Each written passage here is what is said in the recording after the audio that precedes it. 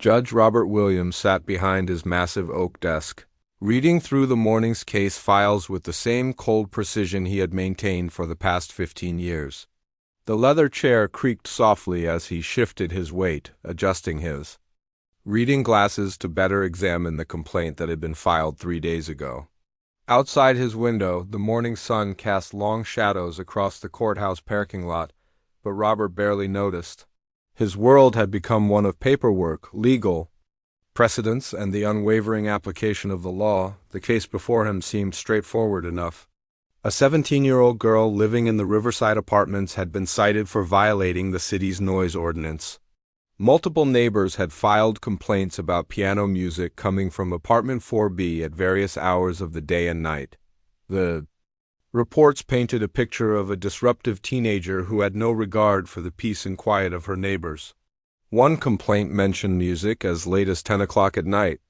Another described constant banging on piano keys that made it impossible to watch television or have phone conversations. Robert had seen cases like this before. Young people who thought the world revolved around them, who believed their personal interests trumped everyone else's right to enjoy their homes in peace.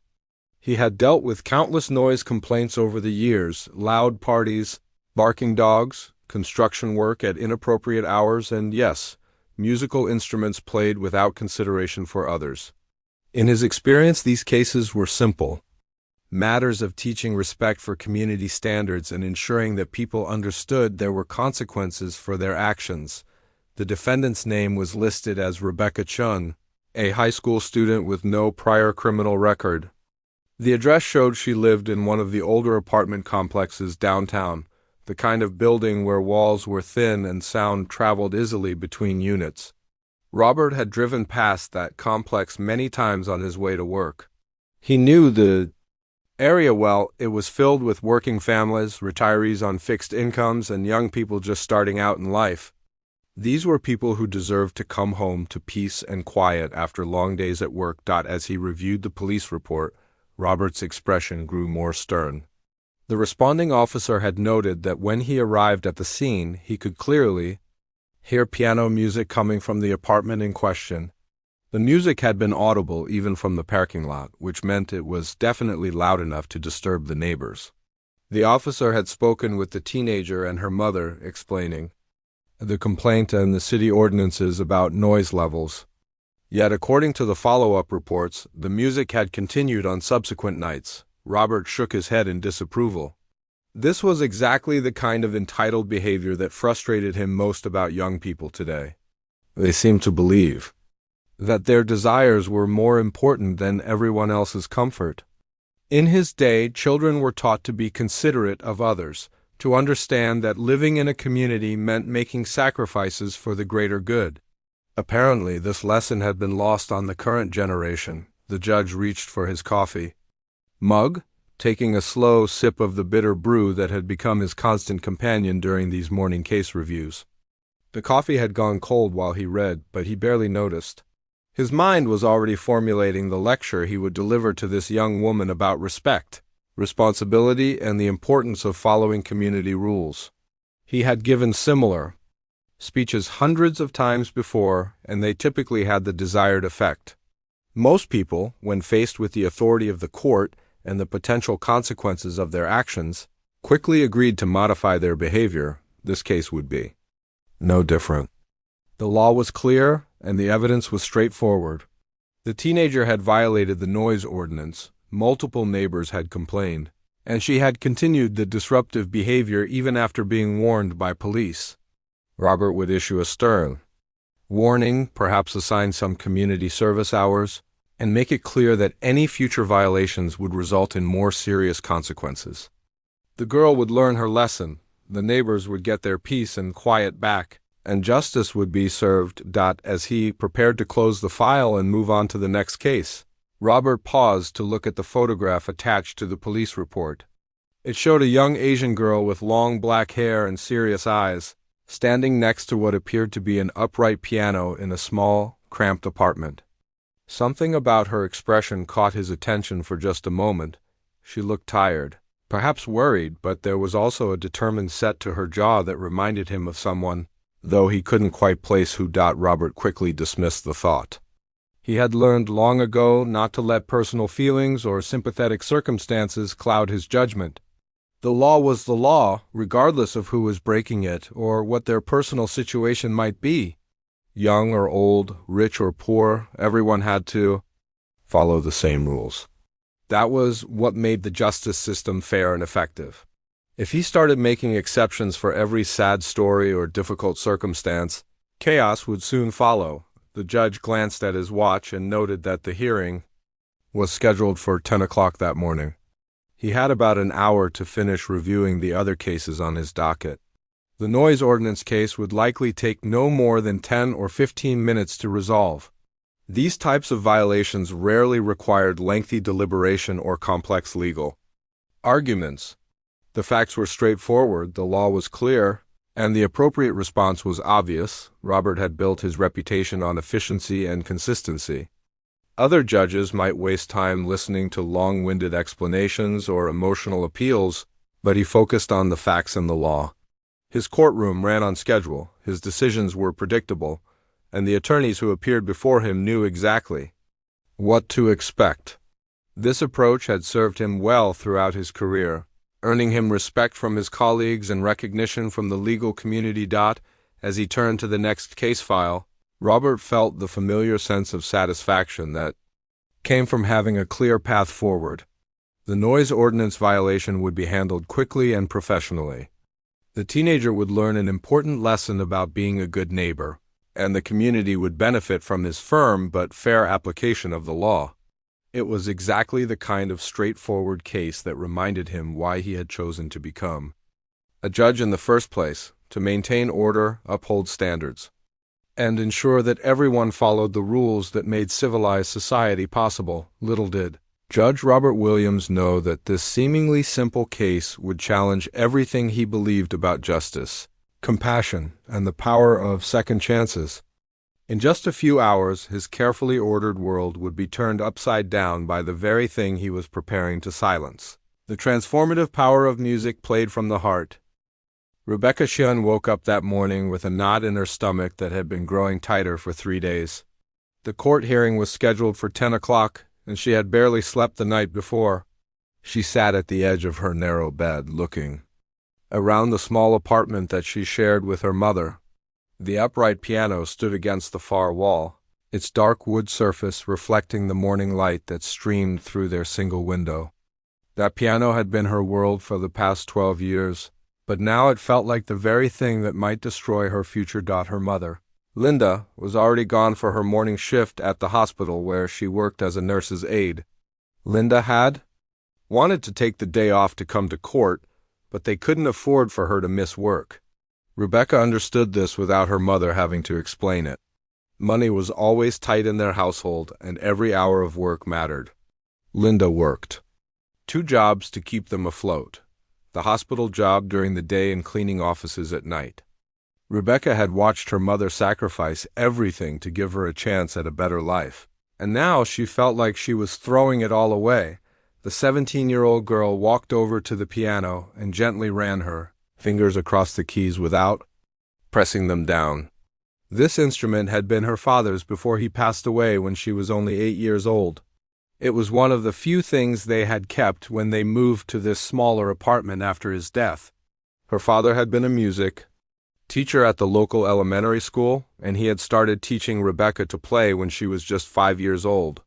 She could still remember sitting on his lap, her small fingers trying to reach the keys. While he guided her hands through simple melodies, music had become Rebecca's way of staying connected to her father's memory.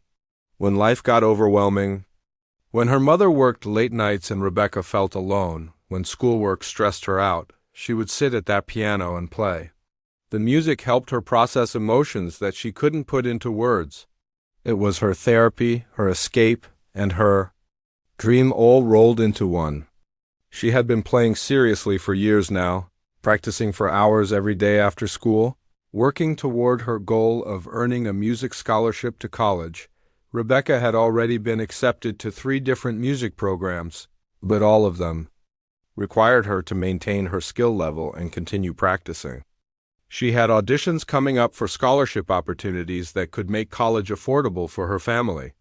Without these scholarships, college would remain just a dream. Her grades were good, but not exceptional enough for academic scholarships. Music was her ticket to a better future, and she knew it. The problem was their living situation. The Riverside apartments were old and the walls were thin. Rebecca could hear her neighbors' television shows, their phone conversations, and even their kitchen timers going off. She knew that meant they could probably hear her piano playing too. She had tried to be considerate, avoiding early morning and late evening practice sessions.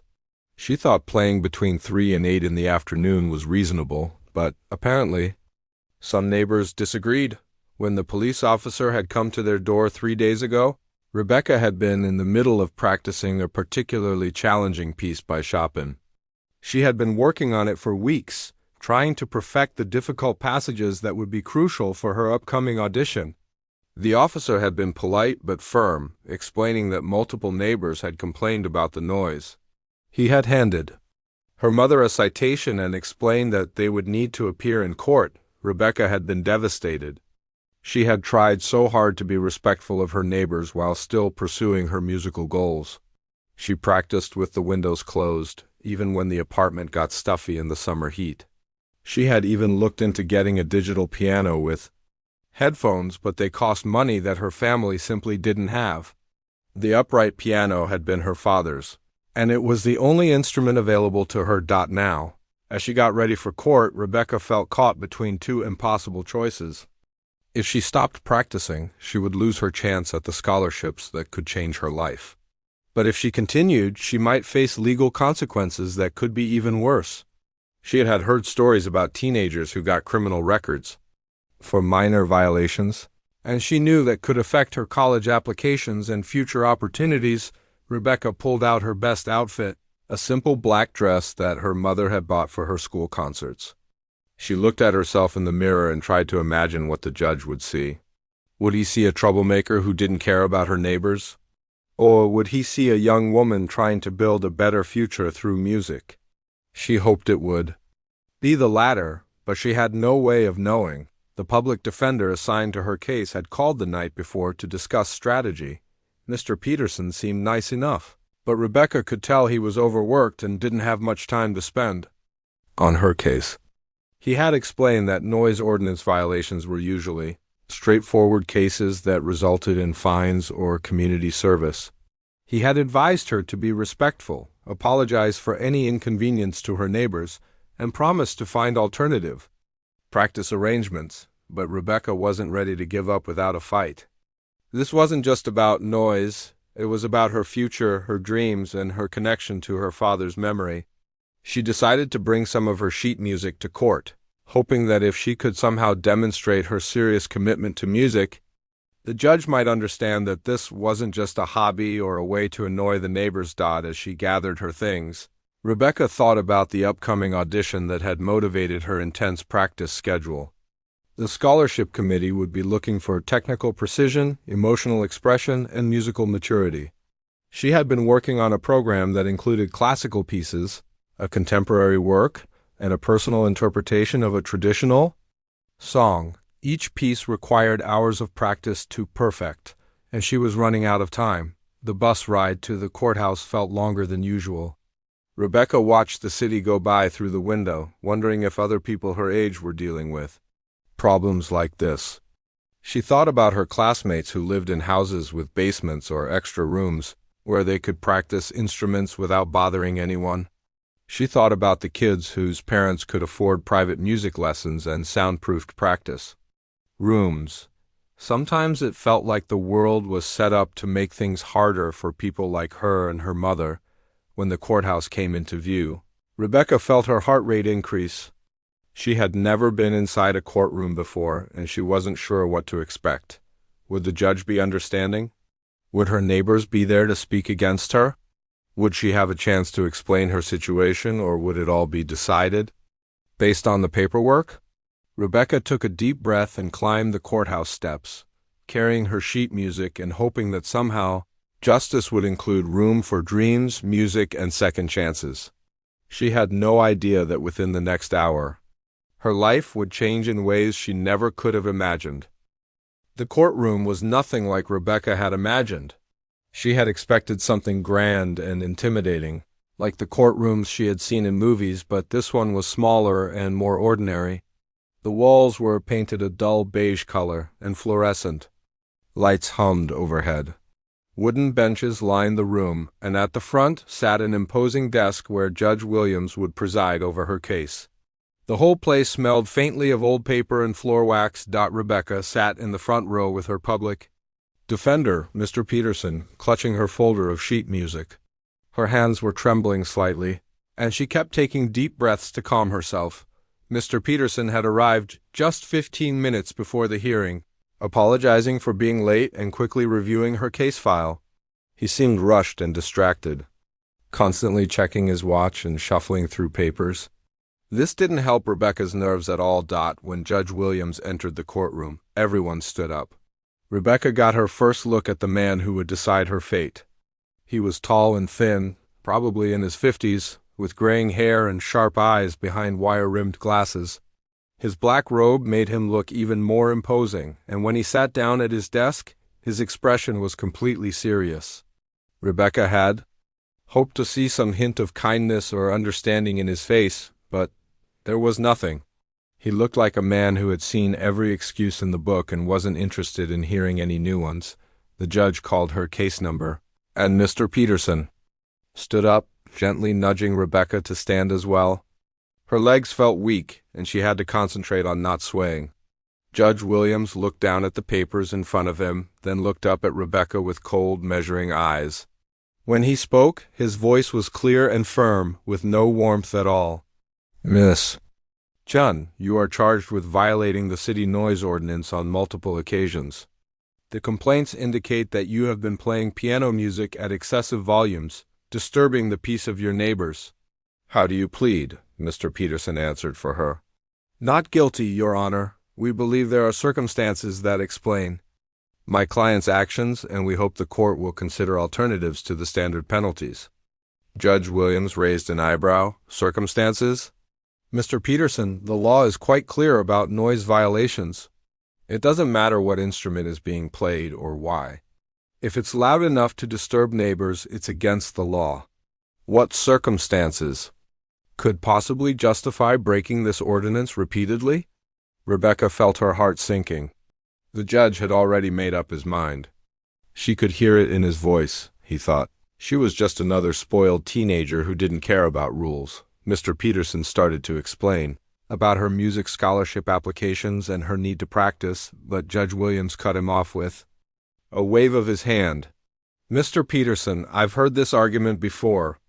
Every musician who comes before this court claims their practice is more important than their neighbor's peace and quiet. The law doesn't make exceptions for aspiring musicians. There are practice rooms available at schools and community centers. There are ways to pursue musical interests without disturbing others." Rebecca couldn't stay quiet anymore. The words came out before she could stop them. "Your Honor, I can't afford to rent practice rooms. My mother works 2 jobs just to keep us in our apartment. I've been trying to be respectful. I only practice in the afternoons, and I keep the windows closed even when it gets hot." Judge Williams looked at her with disapproval. "Miss Chun, you will speak only when I ask you a direct question. And your financial situation doesn't give you the right to break the law. Plenty of people have financial difficulties, but they still manage to follow community rules." The judge's dismissive tone made Rebecca feel angry and frustrated. He didn't understand anything about her situation. He probably lived in a nice house where he could make as much noise as he wanted without bothering anyone. He probably had never had to worry about scholarship deadlines or practicing for auditions that could change his whole life. Mr. Peterson tried again.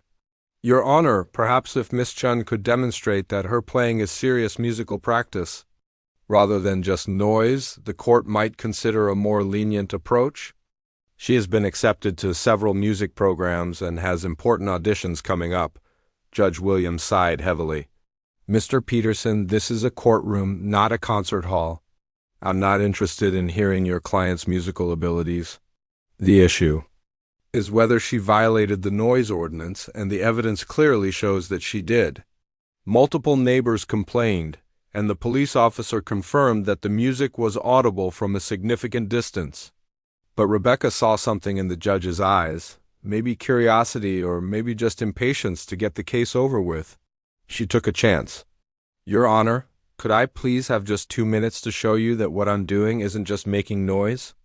I understand that the law is important, but if you could hear what I'm actually playing, maybe you'd understand why it's so important to me." Judge Williams stared at her for a long moment. Rebecca could hear her heart beating in her ears. The courtroom was completely silent except for the humming of the fluorescent lights. Finally, the judge spoke. "Miss Chun, this is highly irregular. But I'll give you exactly 2 minutes to make your point. Then we'll proceed with the sentencing." Rebecca felt a rush of relief and panic at the same time. She had gotten her chance, but now she had to make it count. She looked around the courtroom and realized there was no piano. "Your Honor, I don't see a piano. How can I demonstrate without an instrument?" The judge's expression grew even more stern. "Miss Chen, there is no piano in this courtroom, and I'm not about to have one brought in for your convenience. You'll have to explain your point without a musical demonstration." Rebecca's heart sank again. How could she explain what her music meant without being able to play it? She started to speak, trying to find the right words to describe the complex classical pieces she had been working on, the hours of practice required to master difficult passages, and the emotional depth of the music that connected her to her father's memory. But as she talked, she could see Judge Williams becoming more impatient. He kept glancing at his watch, and his expression grew colder by the minute. After about 30 seconds, he held up his hand to stop her. "Miss Chun, that's enough. I've heard all I need to hear. What you're describing sounds like exactly the kind of noise your neighbors have been complaining about. Complex classical pieces, hours of practice, emotional playing, all of that translates to loud music that disturbs people who are trying to enjoy their homes in peace." Rebecca felt tears starting to form in her eyes. "But Your Honor, if you could just hear one piece, just one song, maybe you'd understand that it's not just noise. It's music that means something." Judge Williams banged his gavel once, the sound echoing through the small courtroom. "Miss Chun, this court is not a venue for musical performances. You've had your chance to explain, and now we'll move on to sentencing. The evidence is clear that you violated the noise ordinance on multiple occasions. You showed no regard for your neighbors' complaints, and you continued the disruptive behavior even after being warned by police officers." The judge's words hit Rebecca like a physical blow. She had pinned all her hopes on this moment, thinking that if she could just explain her situation, if she could just show him how serious she was about music, he might understand. But he hadn't listened at all. To him, she was just another rule breaker who needed to be punished. As Judge Williams prepared to deliver his verdict, Rebecca realized that her dreams of music scholarships in college might be about to crumble. She had never felt more alone or helpless in her life. Mr. Peterson stood up quickly, his papers rustling as he gathered them in his hands. Rebecca could see the desperation in his eyes. He knew this case was slipping away from them, and he was running out of options. The public defender had handled hundreds of cases like this before, but something about Rebecca's situation seemed to affect him more than usual. Maybe it was the way she had talked about her father, or maybe it was the genuine fear in her voice when she spoke about losing her chance at college. "Your Honor," Mr. Peterson began, his voice more urgent than before, "I understand that the court values efficiency and adherence to the law, but I believe there are some important facts about my client's situation that deserve consideration before you make your final decision." Judge Williams looked up from his papers with obvious irritation. "Mr. Peterson, we've already heard your client's explanation. She needs to practice piano, she has financial constraints, and she has college aspirations. These are circumstances that apply to many young people, but they don't override the law. What else could you possibly need to add?" Rebecca watched her lawyer take a deep breath. She could tell he was about to take a risk, probably going against his usual strategy of keeping things simple and quick. But something had motivated him to fight harder for her case. Your Honor, my client has been accepted to 3 different music programs. Not just accepted, she's been offered preliminary consideration for full scholarships that would cover her entire college education. But these offers are conditional on her maintaining her current skill level and passing additional auditions. In the next 6 weeks. The judge's expression didn't change, but Rebecca noticed that he had stopped shuffling through his papers. Mr. Peterson continued, speaking faster now, as if he sensed he had captured a moment of attention. These aren't just any scholarships. Your Honor, we're talking about the Rivera Music Foundation Scholarship, which only awards 5 full scholarships per year across the entire state. My client is one of only 20 students invited to audition. The Henderson Institute has offered her a spot in their pre-professional program, which has a 95% success rate in placing graduates in major orchestras or music education positions. Rebecca felt a tiny spark of hope. She hadn't known that Mr. Peterson had researched her scholarship so thoroughly. Maybe he had been listening more carefully than she thought. And the third program, Mr. Peterson continued, is the State University's music therapy program. My client has expressed interest in using her musical training to help others, particularly children who have experienced trauma or loss. Given her own background, losing her father at a young age and finding healing through music, this path would allow her to transform her personal experience into a way to serve others. Judge Williams finally looked up from his papers. Mr. Peterson, while these opportunities sound impressive, they don't change the fundamental issue. Your client has repeatedly violated the noise ordinance. Her neighbors have the right to enjoy their homes in peace. I can't ignore the law simply because someone has talented or ambitious plans. But Rebecca could see something different in the judge's eyes now. He wasn't dismissing them as quickly as before. There was a slight hesitation, a moment of consideration that hadn't been there earlier. Mr. Peterson pressed on. Your Honor, I'm not asking you to ignore the law. I'm asking you to consider the full impact of your decision. If my client is unable to practice for the next 6 weeks, she will lose these scholarship opportunities. Without financial aid, college will be impossible for her family. She'd likely end up working minimum wage jobs for the rest of her life, unable to contribute to society in the way her talents would allow. The judge was quiet for a moment, and Rebecca held her breath. She could feel the weight of her entire future hanging in the balance of this conversation. Mr. Peterson, the court's job is to enforce the law, not to make decisions based on what might or might not happen in someone's future.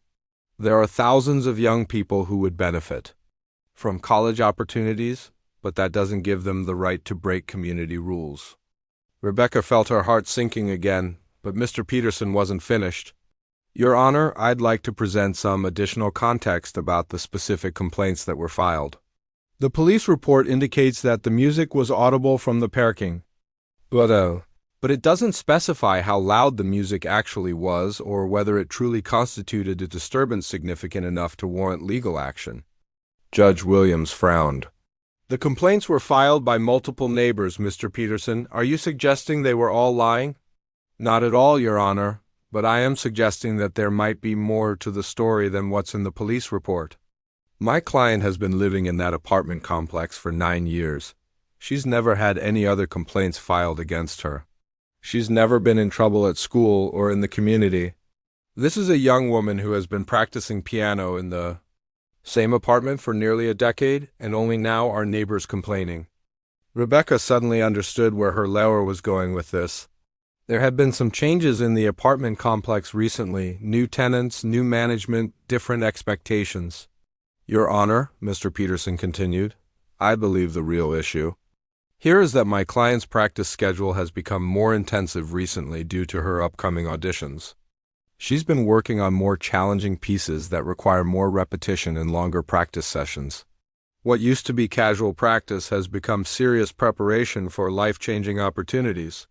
The judge leaned back in his chair, and Rebecca could see him thinking. For the first time since the hearing had started, he didn't look like he had already made up his mind.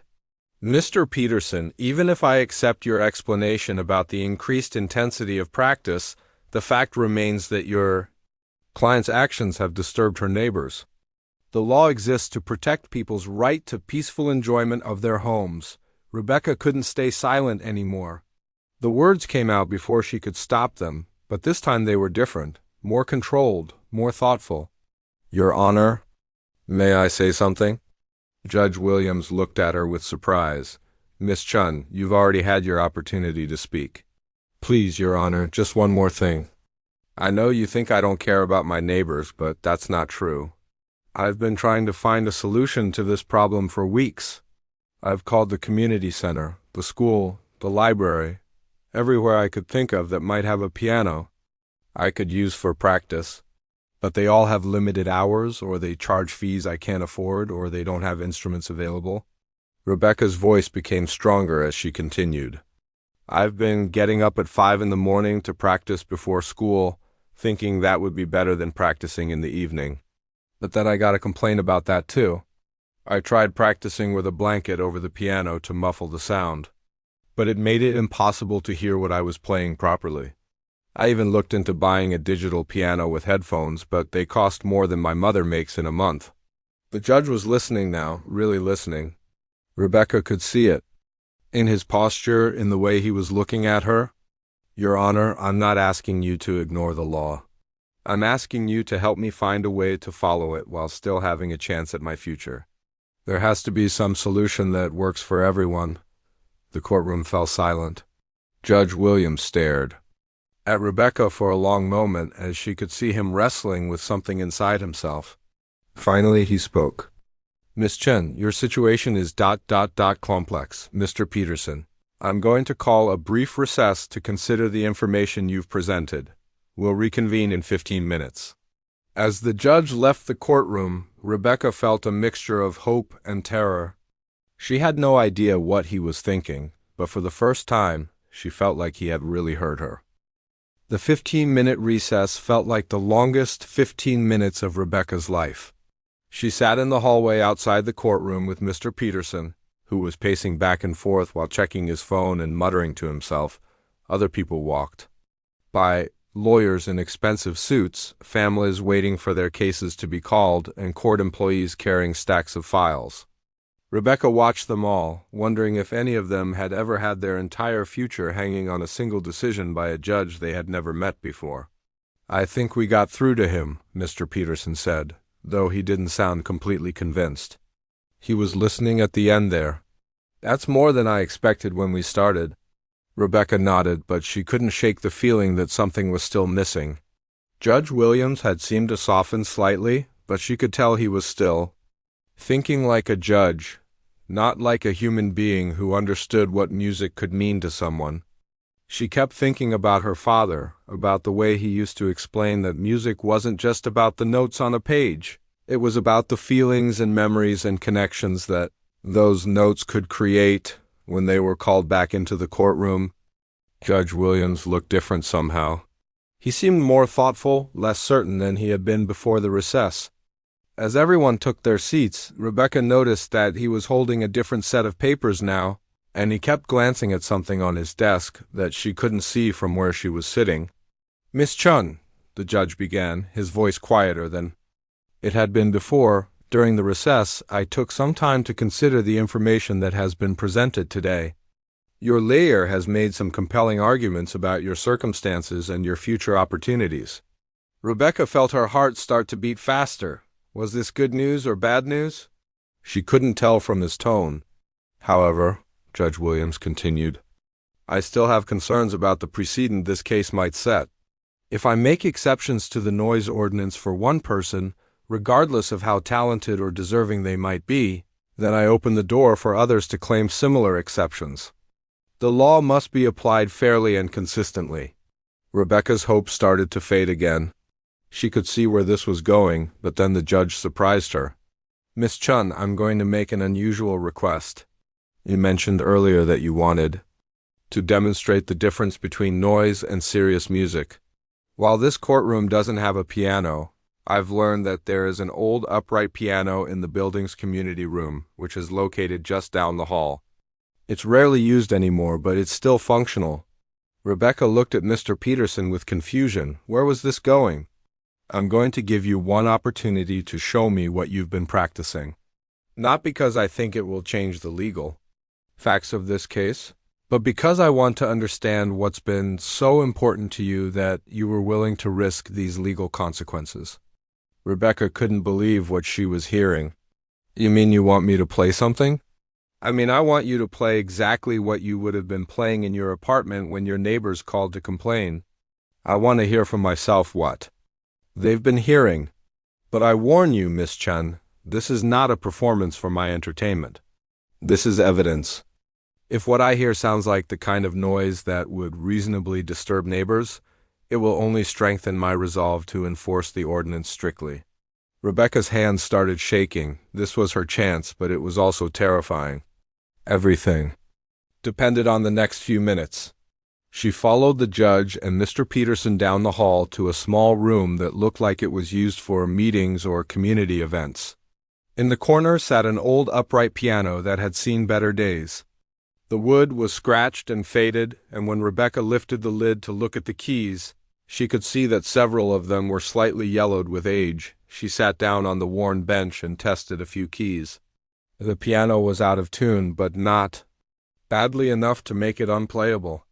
It had a warm, mellow sound that reminded her of the piano at her elementary school where her father used to work. What would you like me to play, Your Honor? Rebecca asked. Judge Williams stood with his arms crossed, looking stern and businesslike. Play whatever you were working on most recently. The piece that required the most practice, time, and repetition. Rebecca thought for a moment. She had been working on several different pieces for her auditions, but the one that had been giving her the most trouble was a complex Chopin piece with rapid fingerwork and delicate, emotional passages. It was the kind of piece that required hours of practice to get right. With lots of repetition of difficult sections, she began to play, starting with the opening measures that set the emotional tone for the entire piece.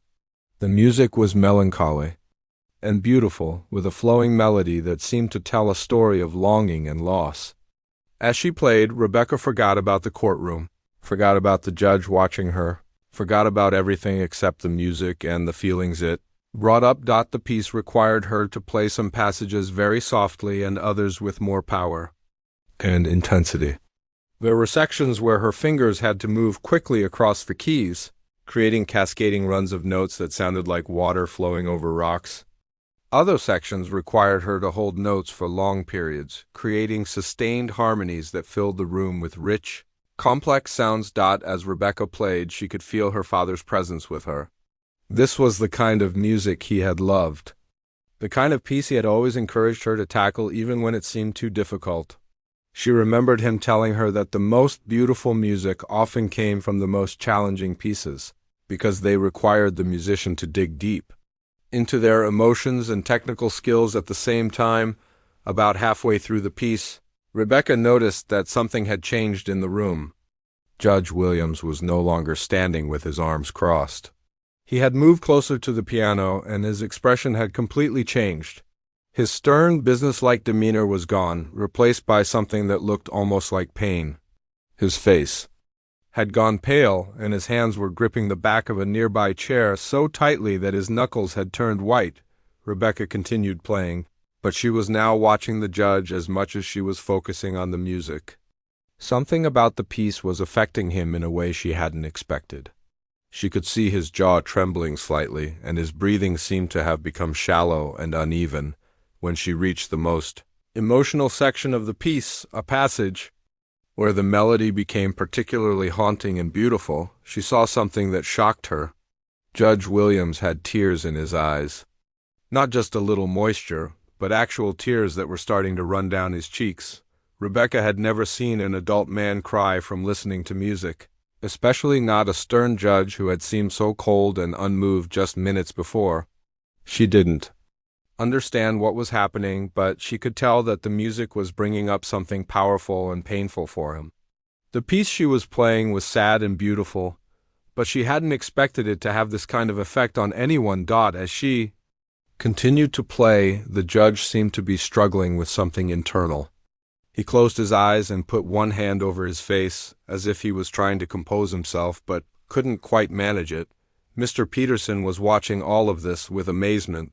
Clearly as surprised as Rebecca by the judge's reaction, Rebecca finished the piece with the final, soft notes that faded gradually into silence. The room was completely quiet for several long moments. Judge Williams stood frozen, his hands still covering his face, his shoulders shaking slightly. When he finally looked up, his eyes were red and his face was wet with tears that he made no attempt to hide.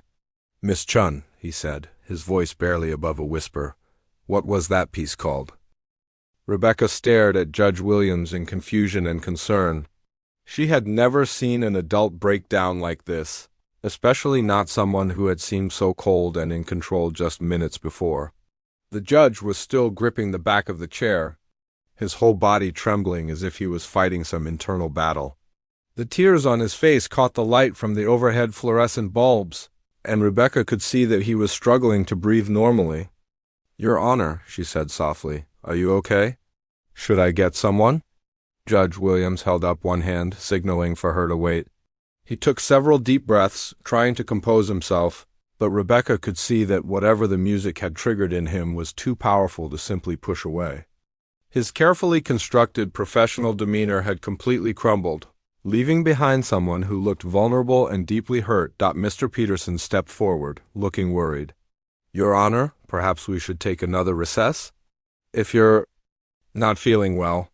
"No," Judge Williams said, his voice shaky but firm. "No, I need to know." "Miss Chun, please tell me the name of that piece." Rebecca was still confused about why this mattered so much, but she could see that it was important to him. "It's called Nocturne in E-flat major by Chopin. It's Opus 9, number 2. My father taught it to me when I was younger, but I've been working on a more advanced interpretation for my auditions." The moment she said the title, Judge Williams's legs seemed to give out. He sank into the chair he had been gripping, putting his head in his hands. His shoulders shook as quiet sobs escaped from him. Rebecca had never felt so confused and helpless in her life. She looked at Mr. Peterson, who seemed just as bewildered as she was. "Your Honor," Mr. Peterson said gently, "should I call for medical assistance? Or perhaps we could postpone this hearing until you're feeling better." Judge Williams shook his head without lifting it from his hands. When he finally spoke, his voice was muffled and broken. "That was her favorite piece. She played it every Sunday morning while I made coffee. She hummed it while she worked in her garden. When she was in the hospital at the end, that was the last music she asked to hear." Rebecca felt her heart stop. Suddenly, the judge's reaction made sense, and she felt a wave of sympathy wash over her. She had lost her father when she was young, so she understood the pain of losing someone you loved. But she had never thought about what it would be like to hear their favorite music unexpectedly, years after they were gone. "Your Honor," she said quietly, "I'm so sorry, I didn't know. If I had known that piece would upset you, I would have played something else." Judge Williams finally looked up at her, his eyes red and his face wet with tears. For the first time since she had met him, he looked like a real person instead of just a judge. She could see pain in his eyes that went far deeper than anything related to noise ordinances or legal procedures. "Her name was Margaret," he said, his voice barely above a whisper. "We were married for 23 years. She died 3 years ago from cancer. She was a music teacher at the elementary school, just like your father was. She loved that Chopin piece more than any other music in the world." Rebecca felt tears starting in her own eyes. The connection was almost too much to believe. "My father taught elementary school music too. He died when I was 8. That's why music means so much to me. It's how I stay connected to him." Judge Williams stared at her for a long moment, and Rebecca could see understanding dawning in his eyes. "You play the way she did," he said softly, "with the same feeling, the same interpretation. When you got to that middle section where the melody becomes so sad and beautiful, that's exactly how Margaret played it. For a moment, I thought she was in the room with me again." The judge stood up slowly, walking over to the old piano He touched the keys gently, the same way Rebecca had seen her own mother touch her father's things sometimes, with a mixture of love and sadness. Margaret bought an old upright piano like this one when we first got married. We couldn't afford anything fancy, but she said it didn't matter as long as it could make music. She played every morning before work and every evening after dinner. The house always felt alive when she was playing. Rebecca watched him touch the piano, and she could see years of grief and loneliness in his movements. After she died, I couldn't stand to hear music anymore. It hurt too much. I sold her piano and tried to avoid any situation where I might hear the pieces she used to play. I thought I had gotten past all that, but hearing you play her favorite piece, it brought everything back. Mr. Peterson had been standing quietly through this entire exchange, but now he stepped forward. Your Honor, perhaps we should continue this conversation in your chambers, or postpone the hearing entirely. This is clearly a very emotional situation. But Judge Williams shook his head. No, Mr. Peterson. This is exactly where we need to have this conversation. Miss Chen, when you were playing just now, you weren't making noise. You were making music? Real music. The kind of music that can heal people's hearts or break them open or remind them of the most important things in their lives. Rebecca didn't know what to say. She had never imagined that her playing could affect someone so deeply, especially someone who had seemed so unmoved by everything she had said earlier. Your Honor, she said carefully, I know this must be really hard for you. When I play that piece, I think about my father, too. Sometimes it makes me sad, but mostly it makes me feel like he's still with me somehow. Music has a way of keeping people alive in our hearts. Judge Williams nodded, wiping his eyes with his sleeve. Margaret used to say something similar. She said that music was a bridge between the living and the dead, between the past and the present. She believed that every time someone played a beautiful piece of music, they were adding their own voice to a conversation that had been going on for centuries. Rebecca felt a chill run down her spine. Those words sounded exactly like something her father would have said. My father told me that music was the universal language. He said it could say things that regular words could never express. They would have liked each other, Judge Williams said with a sad smile. Margaret and your father. They understood something about music that most people never figure out. It's not just entertainment or even art, it's something deeper than that. It's a way of touching the human soul. The room fell silent for several minutes. Rebecca, Mr. Peterson, and Judge Williams all stood there, each lost in their own thoughts about music, loss, and the unexpected connections that could bring people together. Finally, Judge Williams turned back to Rebecca. Miss Chun, I owe you an apology. When you came into my courtroom this morning, I saw you as just another rule breaker who needed to be taught a lesson. I didn't see you as a young woman trying to honor her father's memory and build a future through music. I didn't understand that what your neighbors were hearing wasn't noise, it was healing. Rebecca felt hope stirring in her chest for the first time all day, but she was afraid to believe that this emotional moment might actually change the outcome of her case. Judge Williams walked slowly back to the window of the small community room. Staring out at the courthouse parking lot where people were going about their daily business, completely unaware of the life-changing moment happening inside, Rebecca watched him carefully, unsure whether she should say something or just wait. The silence stretched between them, but it wasn't uncomfortable anymore. It felt more like the quiet pause that happens in music between movements when the audience holds its breath, waiting for what comes next. After what felt like several minutes, the judge turned back to face Rebecca. His eyes were still red from crying, but there was something different about his expression now. The cold, rigid mask he had worn in the courtroom was completely gone, replaced by something much more human and vulnerable. Miss Chun, he said, his voice still shaky but stronger than before. I need to ask you something, and I want you to be completely honest with me. When you play that piece, the Chopin Nocturne, what do you think about? What goes through your mind while your fingers are moving across the keys? Rebecca considered the question carefully. She had never really tried to put into words what happened to her when she played her father's favorite pieces. When I play that song, I think about Sunday mornings when I was little. My father would make pancakes while I practiced, and sometimes he would hum along with whatever I was playing. When I got to the really beautiful parts, he would stop cooking and just listen. He had this look on his face like he was hearing something magical. Judge Williams nodded slowly. Margaret had that same look when she listened to music. Even when she was sick, even during the worst days in the hospital, if I played music for her, her whole face would change. The pain would disappear for a while, and she would look peaceful and happy. Rebecca felt a connection forming between them that she had never expected. That's exactly what music does for me, too.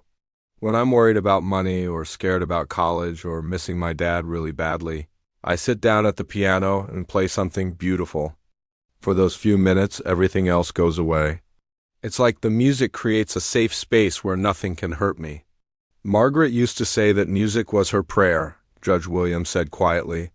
She wasn't very religious in the traditional sense, but she believed that when she played beautiful music, she was connecting with something bigger than herself. She said it was her way of talking to God or to the universe or to whatever force creates beauty in the world. Rebecca's eyes widened. My father said almost the exact same thing. He told me that music was the closest thing to magic that existed in the real world. He said that when someone plays from their heart, they're sharing a piece of their soul with everyone who listens. Judge Williams sat down heavily in one of the chairs, looking suddenly exhausted. For 3 years, I've been running away from that magic. After Margaret died, I couldn't bear to hear the music she loved because it reminded me too much of what I had lost. I thought I was protecting myself from more pain, but I realized now that I was cutting myself off from something beautiful and healing. Mr. Peterson, who had been standing quietly in the corner, cleared his throat gently. Your Honor, I don't want to interrupt, but we should probably discuss what this means for Miss Chun's case. The court reporter and other staff are probably wondering what's happened to us. Judge Williams looked at Rebecca with an expression she couldn't quite read. Miss Chun, you asked me earlier why I chose that particular piece to play. You said an elderly neighbor taught it to you because it could heal broken hearts. Can you tell me more about that? Rebecca thought back to her conversation with Mrs. Rodriguez, the old woman who lived in the apartment below theirs. Mrs. Rodriguez lost her husband 5 years ago. She told me that after he died, she couldn't eat or sleep or do anything normal for months. But then one day she heard me practicing the Chopin piece, and something about the music made her feel better. She said it was like her husband was sending her a message through the music telling her that it was okay to be sad, but that she needed to keep living. The judge's hands were shaking again, but this time it seemed to be from emotion rather than grief. Mrs. Rodriguez was right. That piece does have healing power. When you played it just now, for the first time in 3 years, I felt like Margaret was trying to tell me something. Not that I should forget her or stop missing her, but that I should stop being afraid of the beauty she brought into my life. Rebecca felt tears starting in her own eyes. Maybe that's why this whole situation happened. Maybe my neighbors complained and I got brought to your courtroom because this was supposed to happen. Maybe you were supposed to hear that music today. Judge Williams stood up and walked back to the old piano. He pressed one of the keys gently, listening to the note as it faded into silence. Margaret always believed that there were no real coincidences in life. She thought that when important things happened, it was because the universe was trying to teach us something or bring us something we needed. What do you think she would say about my situation? Rebecca asked. About the noise, complaints, and the neighbors and everything? Judge Williams was quiet for a long moment, considering the question seriously. I think Margaret would say that music is too important to be silenced by fear or rules or other people's discomfort. She would say that if someone has a gift for creating beauty in the world, society should find ways to support that gift, not shut it down. Rebecca felt a surge of hope, but she tried not to get too excited. She had learned that adults sometimes said things they didn't really mean when they were emotional. But Your Honor, she said carefully, what about the law? What about my neighbors who have been disturbed by my practicing? I understand that you're feeling emotional right now, but I don't want you to make a decision that you'll regret later. when you're thinking more clearly. Judge Williams looked at her with something that might have been pride. Miss Chun, the fact that you're worried about my professional integrity, even when it might hurt your case, tells me everything I need to know about your character. Margaret would have loved you. She always said that the best musicians were also the best people, because music teaches you to think about how your actions affect others. He walked over to where she was sitting and looked directly into her eyes. I'm not making this decision because I'm emotional. I'm making it because for the first time in 3 years I'm thinking clearly. Your neighbors have a right to peace and quiet, but you have a right to pursue your dreams and honor your father's memory. There has to be a way for both of those things to be true. Rebecca held her breath, waiting to hear what solution he might have in mind. Miss Chun, I'm going to ask you to do something that might sound strange. I want you to go back to that courtroom with me, and I want you to play that Chopin piece one more time. But this time, I want you to play it for everyone who's there, the court reporter, the bailiff, anyone else who happens to be in the room. I want them to hear what I heard, and then I want to make a decision that honors both the law and the power of music to heal and inspire. Rebecca looked at Mr. Peterson, who nodded encouragingly. If that's what you want to do, Your Honor, we're ready to follow your lead. As they prepared to return to the courtroom, Rebecca felt like she was about to step into a completely different world than the one she had left 20 minutes earlier. Walking back to the courtroom felt like the longest journey of Rebecca's life. Each step echoed in the hallway, and she could feel her heart beating so hard that she wondered if the others could hear it too. Judge Williams walked beside her, his posture completely different from when they had left. The rigid, authoritative stance was gone, replaced by something more thoughtful and human. Mr. Peterson followed behind them, carrying his briefcase and looking as confused as Rebecca felt about what was going to happen next when they entered the courtroom. Rebecca was surprised to see that several people had gathered while they were gone. The court reporter was still at her desk, but now there were also 2 bailiffs, a court clerk, and what looked like a few other courthouse employees who had apparently heard that something unusual was happening. Word travels fast in a building like this, and Rebecca realized that their extended absence had probably created some curiosity. Judge Williams took his position behind the bench, but instead of sitting down immediately, he stood there for a moment, looking at everyone in the room. Rebecca could see him gathering his thoughts, preparing to say something that she sensed would be very different from the standard legal pronouncements she had expected when this day began. Ladies and gentlemen, Judge Williams began, his voice carrying clearly through the small courtroom, we are about to witness something that is highly unusual in a legal proceeding. Miss Chun, would you please come forward and take a seat at the table where defendants normally sit, but this time I want you to face the room rather than facing me. Rebecca did as she was asked, turning her chair around so that she was looking at the small group of people who had gathered. She could see curiosity and confusion on their faces, and she wondered what they thought was about to happen. Miss Chun, Judge Williams continued, I am going to ask you to perform the piece of music that has been at the center of this case. But before you do that, I want everyone in this room to understand what we are about to hear and why it matters. The judge walked around to the front of his bench, standing closer to the people in the room rather than maintaining the formal distance that judges usually kept. 3 years ago, I lost my wife Margaret to cancer. She was a music teacher, just like Miss Chun's father was. Margaret's favorite piece of music was a Chopin nocturne that Miss Chun has been practicing for an upcoming scholarship audition.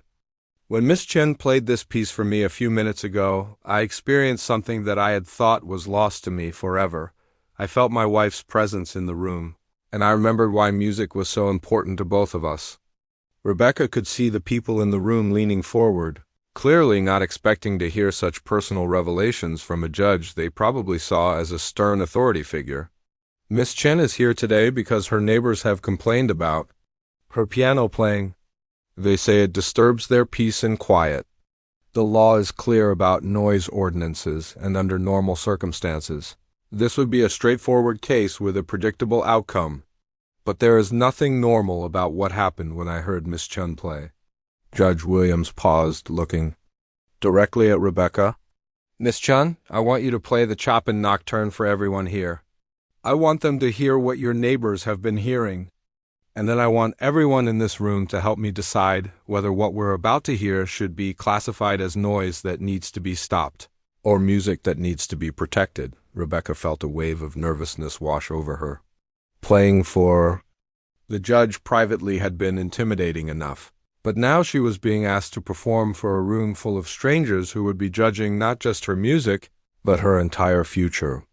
She looked around the room and saw faces that ranged from curious to skeptical to genuinely interested. Your Honor, she said, I don't have a piano here in the courtroom.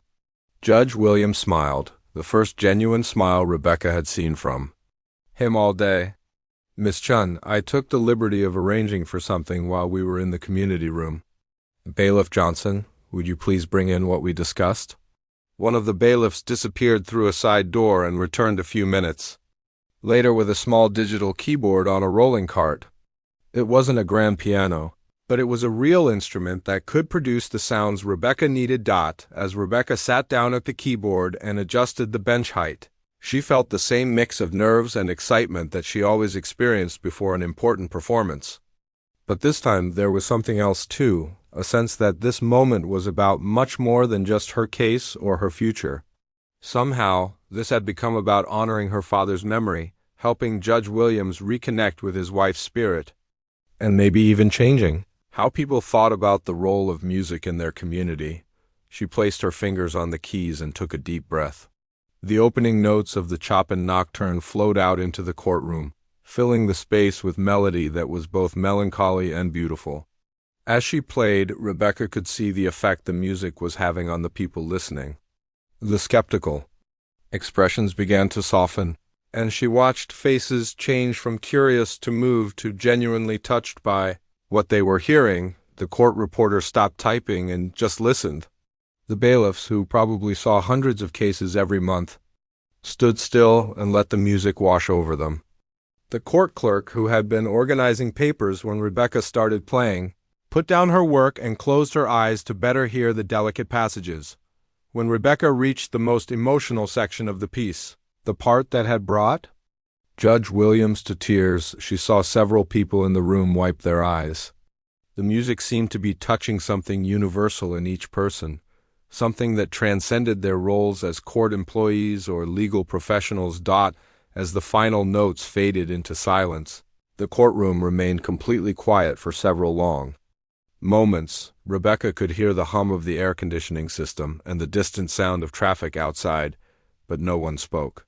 Finally, Judge Williams returned to his position behind the bench.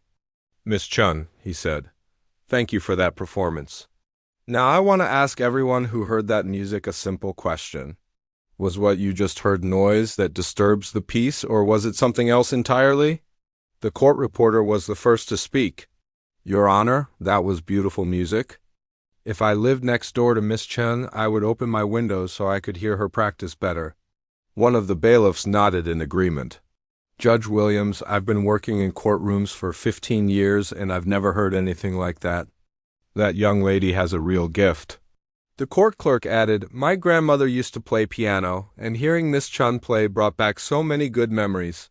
Music like that doesn't disturb people, it enriches their lives. Judge Williams listened to each comment, nodding thoughtfully.